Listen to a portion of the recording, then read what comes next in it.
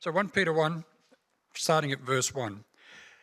Peter, an apostle of Jesus Christ, to God's elect, exiles scattered throughout the provinces of Pontus, Galatia, Cappadocia, Asia, Bithynia, and can I say St. Mary's, who have been chosen according to the foreknowledge of God the Father through the sanctifying work of the Spirit, to be obedient to Jesus Christ and sprinkled with his blood.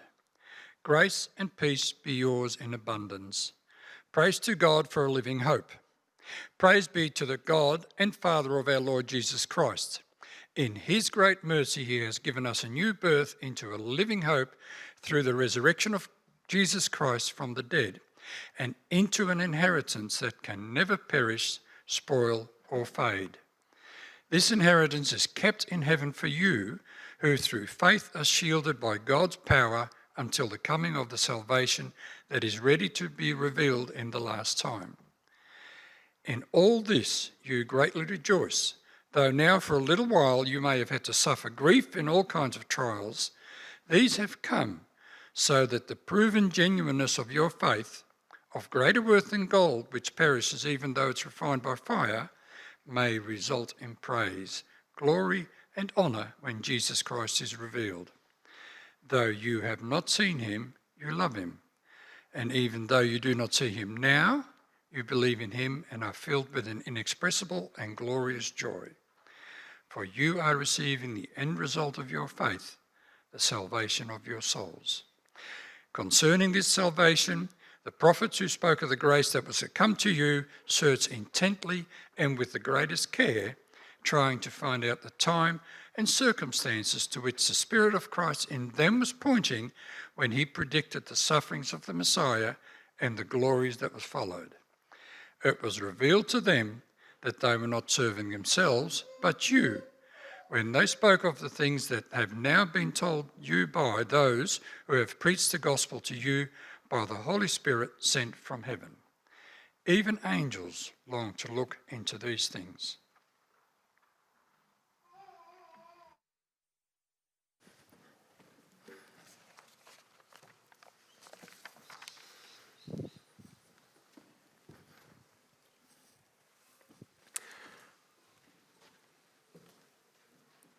Well, the story of Robin Hood has been often retold. It's like a classic tale.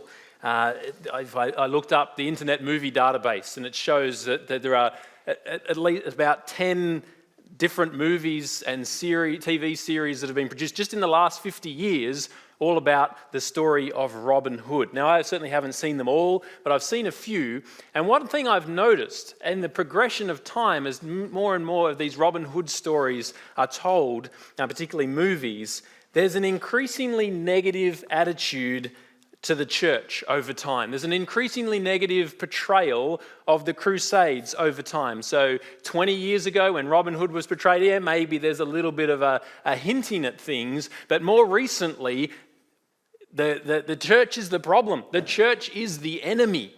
And this transition just in Robin Hood, that's reflecting a cultural transition that goes on. It's reflecting cultural attitudes, and this Robin Hood movies is just one portrayal of that.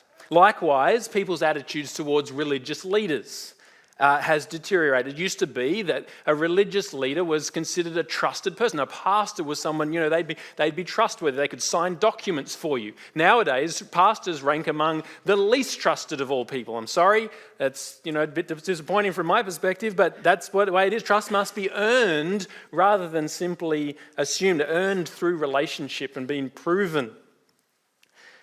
Whereas Christianity did have a privileged, a respected position in Western culture, was a thing known as Christendom, when Christ's rule was kind of expected and acknowledged, that was the majority position. But this is rapidly changing. We're becoming more and more a post-Christian culture. That people are living by different values. Values of society have changed. We see people's awareness of the Bible and they're being influenced by the Bible is diminishing. We're seeing church attendance is dropping. Now, some of this, it's not just a whinge session, some of this the church itself has actually contributed to. Sadly, there's too many church leaders have failed and actually sort of unsettled people's attitudes to church. Too many people have experiences, stories of being hurt in church contexts, and that's why they've walked away. But of course, there are other influences. There are bigger influences that play in our culture that are leading into this too. There's the question of origins. So we've been fed, we've been immersed in this idea that our presence here can be explained with no reference to God whatsoever. And of course, all sorts of other organizations and all sorts of other leaders have failed people, not just in churches, but elsewhere as well. So it's been a broader social thing. But the gap between the values that Jesus promotes and the perspectives that Jesus calls us to live by and that of our culture, the gap between those is growing over time. And so it's becoming more and more like the context to which Peter is writing into, the context into which this letter has been written. As one Bible writer has put it, Peter is writing to Christians as an island of one culture in the midst of another, like in the sea of another is this island of Christian culture. And sparks fly between those two cultures as they rub against each other. Now, this context into which Peter is written, the context that he addresses, this question of hostility and suffering, has tended to make the letter of 1 Peter sort of seem a bit irrelevant to us in the West, because historically, Christianity's kind of traveled along reasonably well in our culture. And so you find probably in your experience, you haven't heard that much preaching from 1 Peter. Maybe isolated texts here and there. There's some sort of key verses which might have been focused on, but in terms of actually grappling with it, it doesn't happen very often. Certainly has been my experience. Most of Peter might have sort of seemed a bit irrelevant, but the reality is that the message of 1 Peter has always been the message of 1 Peter has always been relevant. Let's get that right. Because it is a difficult road, what Jesus calls us to. Jesus calls us to self-denial. And frankly, we're not good at that. We like to avoid the idea of self-denial. We've grown up, we're immersed in this culture of consumerism where we choose things on the basis of what works. Just while we were away over the last 2 weeks, we had the opportunity to get away. And so rather than have a holiday that's actually just taking all the work with you, we relied on takeaway more often. So we went to a few places and we got takeaway from this burger, fish and chip joint and whatever. And while I was there waiting for our food, I looked across the road and there's another burger, fish and chip joint, and it was packed. Like, there's people waiting all outside. And I thought, what do they know that I don't know? But anyway, I didn't really feel like waiting in the queue to find out, so I let that go and we had our food. But a few days later, when the long weekend rush had gone, we had the chance to actually go to the other place. And it was good. Like, the food was actually better, and you could see why there was wait. So now you have the choice, don't you? You can either wait in a queue and get better food, or you can get served more quickly and just, the food's maybe not quite as good, but we make the choice, don't we? What works for me? I'm in a rush. I'm not in a rush. I want good food. Like, that's consumerism. What works for me? And we try and take that to Christianity. And so we shop from church to church. What church is going to work for me? Or it's easier to just sit at home in my slippers, so I'll watch church online. We see parents pursuing what works for my kids. I want something that's entertaining. I want something that's easy. A great youth program, a great kids program that's fun. And we try and make it easy. That's what comes naturally. And in 1 Peter, Peter writes about how it is that we're going to live for Jesus when it's hard. He instructs about how we're going to live for Jesus when it costs. So 1 Peter's always been relevant. Just happens that it's becoming increasingly so. Now, of course, all this gives some rise to some rather important questions. Why would we choose Christianity? Why would we choose Jesus if it's such a hard road? If you're here exploring, or you're checking in online and you're exploring Christianity, you're thinking, what's Jesus about? Then I'm the worst salesman ever, aren't I? Because I've just told you how bad it is. It's an important question. Why would we follow Jesus? And for those of us who have been Christians for a long time, those of us who have made a commitment to follow Jesus, why are we going to follow the hard road? Why not just gravitate to the easy road? There's some important questions, and Peter gives us substantial reasons as to why it is worth following Jesus. And we're going to unpack those. We'll unpack them today, and we'll unpack them as we progress our way through the letter.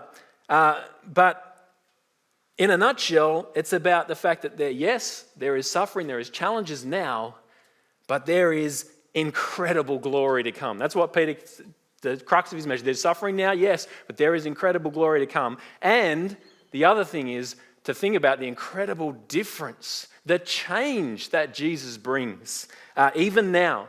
It's not just all future. We're going to get into it. Just before I get into the series, I've noticed, as I've heard people preach on Peter, which doesn't happen very often, as I said, but because we get so used to preaching about Paul. Paul wrote most of the New Testament. Heaps of it is about him. And so we get used to talking about Paul. So sometimes I might, as I've heard other preachers do, say Paul when I actually mean to say Peter, because they both start with the same letter and whatever. So I will try and say Peter when I mean Peter, but you might have to pay attention and concentrate as to whether I really said the right thing. Okay, so as we get stuck into it, let's think first of all about the context into which Peter is written. Now, I don't have much to say about this because I've basically already covered it, but I just want to show you where it comes in the text. The context is verses 1 and 2, where he says, to God's elect exiles scattered throughout the provinces of what is basically at the modern-day Turkey. This terminology of exiles being scattered connects it with sort of the Old Testament, the history of the Jews, the Israelites, as they were scattered out into the foreign nations that they lived among. And they had to learn to do life in that context. They had to learn to live when they were not in their own place and living under God's rule. And they were in strange places with strange customs and strange governments. And how does all that work? And so Peter's kind of saying, Christians, this is your situation. Just like the Jews. If you're familiar with the Bible stories of Daniel, some of the stories are well known, Daniel and the lion's den and things like that. That's that context of Daniel living in a foreign land and having to follow the Lord in that context. The book of Esther, a lot of people love the story of Esther. That's written in that context. Esther is in Babylon, living amongst different people. What we're going to see in Peter is that the Christian response to these different cultures, these different standards, is varied. For some aspects of it, the response is to respect it, to honour the culture that we're in. But for other aspects of it, the response is to be distinct, to be separate from. We'll see both those things coming through this letter. So that's the context into which the letter comes. And secondly, let's think about the benefit. I asked the question, why would we pursue Jesus? Why would we follow him if it's a hard road? Who wants Christianity if it means isolation and difficulty and self-denial? Well, here it is, verse 3 to 5. Praise be to the God and Father of our Lord Jesus Christ. In his great mercy, he's given us new birth into a living hope through the resurrection of Jesus Christ from the dead, and into an inheritance that can never perish, spoil, or fade. This inheritance is kept in heaven for you, who through faith are shielded by God's power until the coming salvation that is ready to be revealed at the last time. Now, let's just explore a little bit of that. What he's getting at. This is the promise. This is the thing that's coming. Great mercy. Mercy is about not getting what you deserve. All right? If you're shown mercy, then you don't get what you deserve, either a penalty or a punishment or so on. You see, our problem is that we want to do life our own way. God, don't really need you, don't really want you calling the shots, don't really want you telling me what I'm going to do and what I'm not going to do. If I want you there, it's just so you can actually put the parts of life in my life that I think should be there. But I'm going to run the show, thanks very much. That's the human condition. That's our default orientation. So we focus on my life, focus on what I want and what I should have and my situation. How kind of silly is that? Like there's getting towards 8 billion people on this planet and God oversees them all. And but it's about my life? Like, does that actually make sense? And to go even further, let's zoom out further. The earth is this tiny, minuscule little speck in the midst of billions of stars and millions of galaxies in the universe that God created and he upholds and he oversees. We say, it's all about me.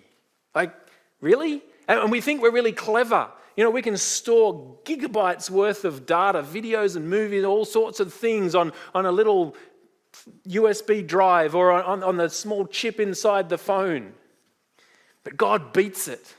Because in our DNA, in our bodies, and in every living thing, God stores data with individual molecules. He actually attaches individual molecules to each other, and that actually carries information. It's the most dense energy information storage you can imagine. He does all that. And we want to run the show?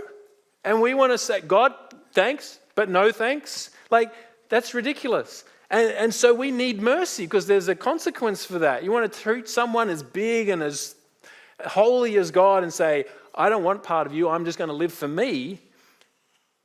We deserve a penalty. So instead we get mercy, but not just mercy, not just as he let us off. Where it goes is to say we get incredible, amazing blessing. He gives us new birth. It's hard to overstate the degree to which our birth defines our life. It defines our nationality, our citizenship, it defines our ethnicity, it influences so many aspects of our life situation, doesn't it? Our education that we're likely to get, our socioeconomic class are all so influenced by our birth. So a new birth brings about a new order of existence. It just fundamentally revolutionizes things. Now, of course, not all are born into a good situation. Most of us sitting here have been born into a pretty good situation by and large in comparison to so many around the world. Just recently watched a movie called The Good Lie. Reese Witherspoon stars in it. It's talking about these people that grew up in Sudan, war-torn Sudan. These kids end up orphaned and they have to walk 1,000 miles, which is 1,500 kilometers, to get into Kenya, where they live in a refugee camp for more than a decade before finally the ones that are focused on get to be immigrated to the US to start a new life. But hundreds of thousands of them are left in Kenya, in the refugee camp. Not all are born into a good situation, but we're born into a living hope, he says. Reborn into a living hope. And a living hope is in contrast to so much else that is dead, that is futile, that is decaying, that is declining. And what is dead and futile and declining, that's the character of so much that we're inclined to put our hope in, isn't it? So much around us that we pursue and that we look to is not living. We have this living hope because Jesus himself is living. See, it's a living hope through the resurrection of Jesus Christ from the dead. He's alive, eternally alive. He's defeated death. And we've been given a living hope into an inheritance that can never perish, spoil, or fade. And it's kept in heaven securely. Now that's significant. That inheritance is significant because pretty much everything else, well, yes, everything else in life perishes and spoils and fades, isn't it? Ever had the experience of buying a new car? It's all shiny, isn't it? And it's got that new car smell and it's just wonderful. But what happens over time? The smell goes, the car gets chipped and dented, that starts to wear out, it keeps needing servicing, and it deteriorates. Just this last week, I had to renew the insurance on my car. Insurance is like an annual reminder of how your car is decreasing in value because it says, the amount insured, and every year it's substantially less. The newer car, the bigger the drop, mind you. It deteriorates. It diminishes. And that's true of every part of life, not just cars. The excitement fades. The interest drops. The effect that we achieve from something is less. It's what's known as the law of diminishing returns. We need more to give us the same effect. And so, think of it, you get a new song. You hear this new song and you're wrapped with it and you want to play it over and over again. But a month later, it's just one more song in your playlist. And it's not that exciting anymore. People pursue in greater and greater way. Our society is infatuated with it. And I was just reading something this week about some people involved in the porn industry. Even some of them are surprised at the degree to which people just wanting more and more extreme forms of what they're pursuing. And it doesn't continue to satisfy, so people go for more extreme forms of what they want. And it's true of possessions. We get something new and it's exciting for a little while and then it diminishes. Achievements, we're so satisfied of having achieved that thing, got that degree, whatever, and then time goes on. It's not that exciting. Everything perishes, everything spoils, everything fades, doesn't it? But there's something that doesn't. And so, if you're here and you're exploring Christianity, if you've tuned in with us online and you wonder, why should I follow Jesus? Well, this is the crux of it, friends, because yes, following Jesus is no easy road, but where will you find anything that compares with what I've just described? A new birth, a living hope, things that don't perish and don't deteriorate. Where are you going to find anything that compares to that? Yes, it's a difficult road, as Peter tells us, as Jesus himself told us to follow him, but it's not for nothing. It's not for nothing. The chances are, most of you here today are pursuing Jesus, been living for him, perhaps living for him for a long time. And so as I describe these things, we read through this, it might be familiar. Yeah, what Jesus gives us, the hope of eternity and so on. This inheritance. It's predictable. And the real challenge for preachers is to say predictable things in a way that doesn't feel predictable. And I'm not necessarily all that good at that. So you've maybe even tuned out. So don't tune out, tune back in now. You've heard it all before. You see, we think we know it. We say we believe it. We think we believe it. Yes, I've got my heart set on this inheritance. That's what I'm living for. But what do we show that we're living for? See, often we show that we're actually living for all the same things that our neighbours are living for or that our work colleagues are living for. Getting the extension done on the house, getting the next trip that we're hoping to go on, the fact that we're going to climb the ladder and we're going to achieve success in life. And we want that for our kids too, that our kids will succeed. We want their car, we're driven by sport, whatever it is. These are the things that end up getting us the most excited about. You kind of tune out when we talk about the inheritance that God's got for us, but whoa, wow, the new car, the new house, the extension, we get revved up with that. We say that we believe in this great future hope. And yet then all sorts of situations that we face in life get us discouraged. We find ourselves discontented about all sorts of things and the things that we don't have. Find ourselves complaining, feeling sorry for ourselves, being anxious, being fearful. But hang on, don't we believe that this is what's coming? And this is true of me. I'm not just trying to point the finger. This is true of me. I know that my life would be profoundly different. My perspective would be profoundly different if I really hung on to what God holds out for us here in verses 3 to 5. It would radically shape my perspective, as it would for all of us. So do we really believe it? We have to keep our eyes fixed on that hope in the midst of the difficulties, in the midst of the disappointments, in the midst of the setbacks, because it makes all the difference. It's the perspective that we need. But we don't, because it doesn't come naturally. We need God's grace to help us to keep our eyes set on that. And so if you're finding that that's not where you're at, say, Lord, give me eyes to see this, to value it, to grasp it. John Piper, as a Christian preacher and writer, he says we spend our time satisfied playing with mud pies in the slum because we can't fathom the idea of a holiday at the beach.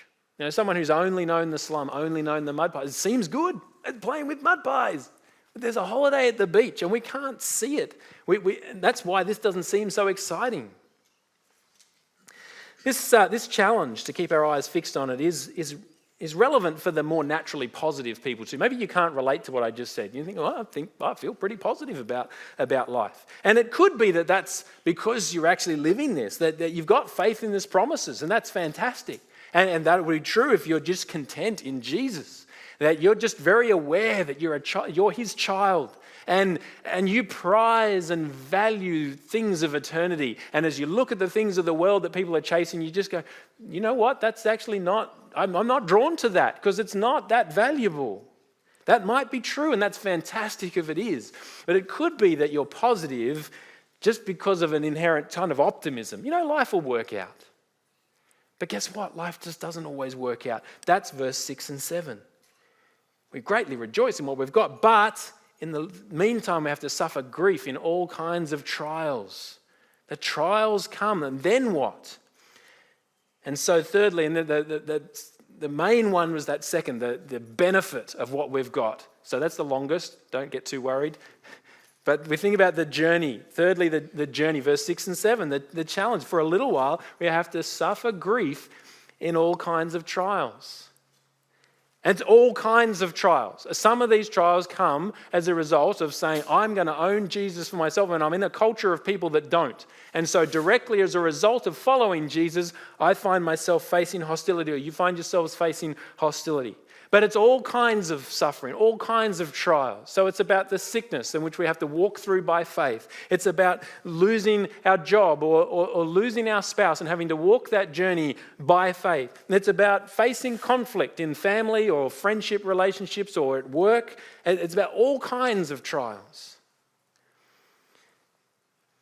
And the idea is suffering now for glory that will follow. That's the theme of the letter. It's going to come up again and again. Suffering now, the glory that will follow. It's the pattern of Jesus. If you have a look at verse 11, the prophets spoke and looked that which the Spirit of Christ in them was pointing when He predicted the sufferings of the Messiah and the glories that would follow.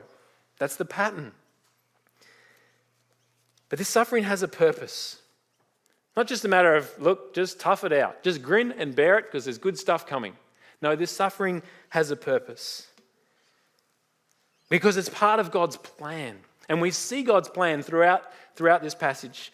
Just really briefly, we see that verse 1 and 2, we see God's elect. We see that people are chosen.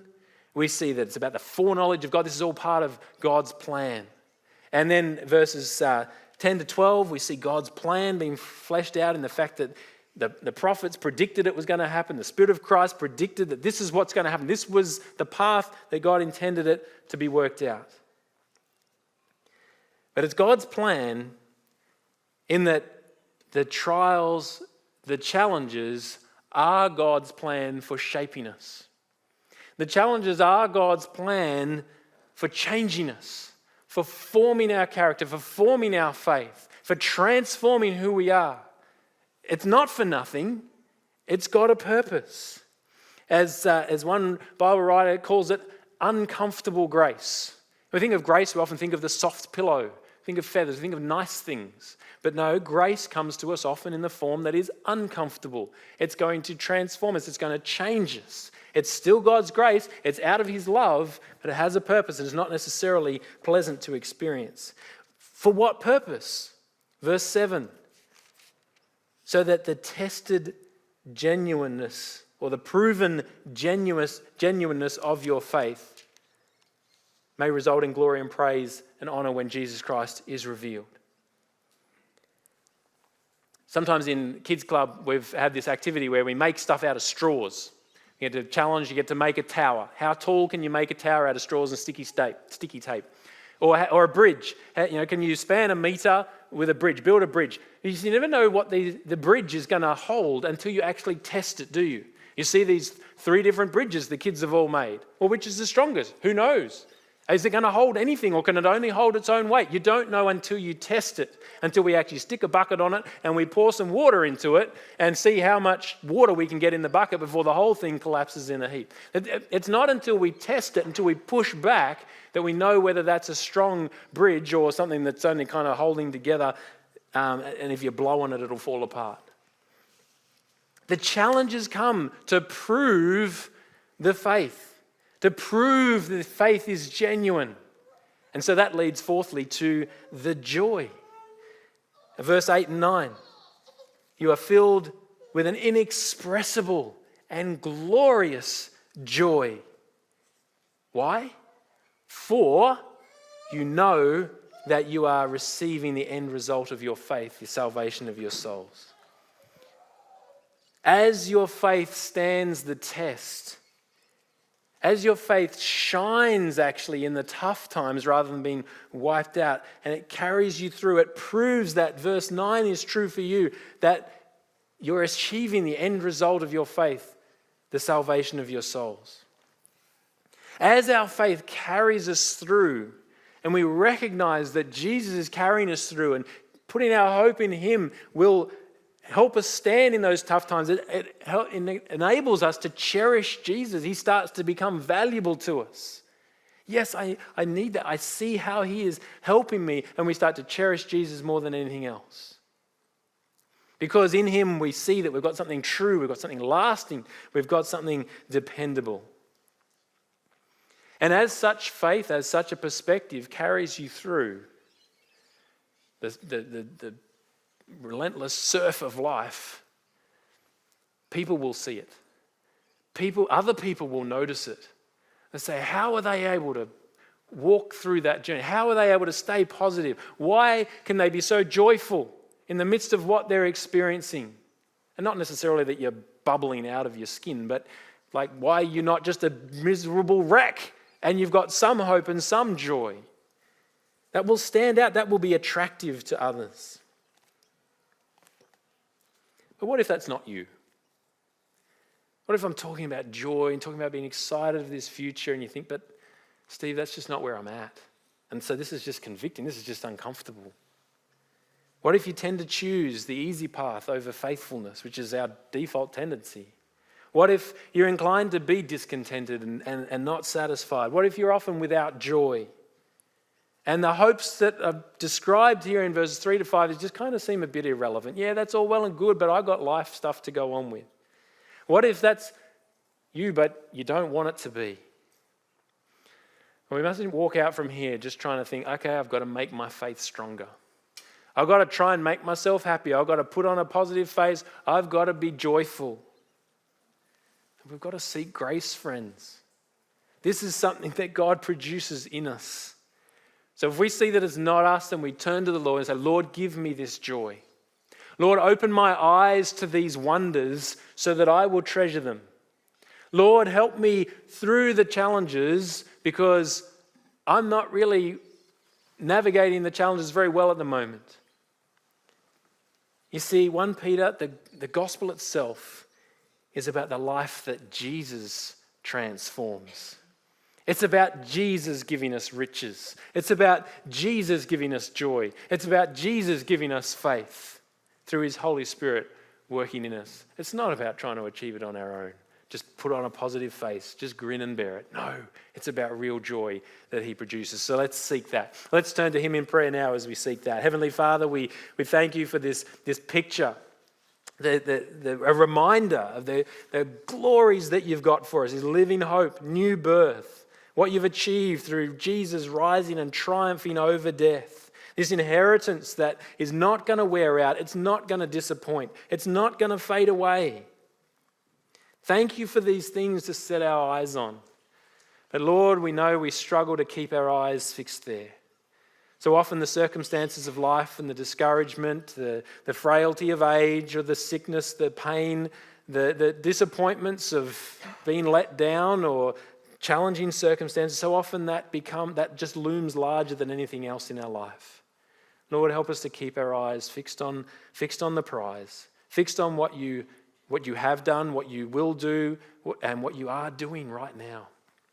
And so we pray in Jesus' name, that he might be glorified through it all. Amen.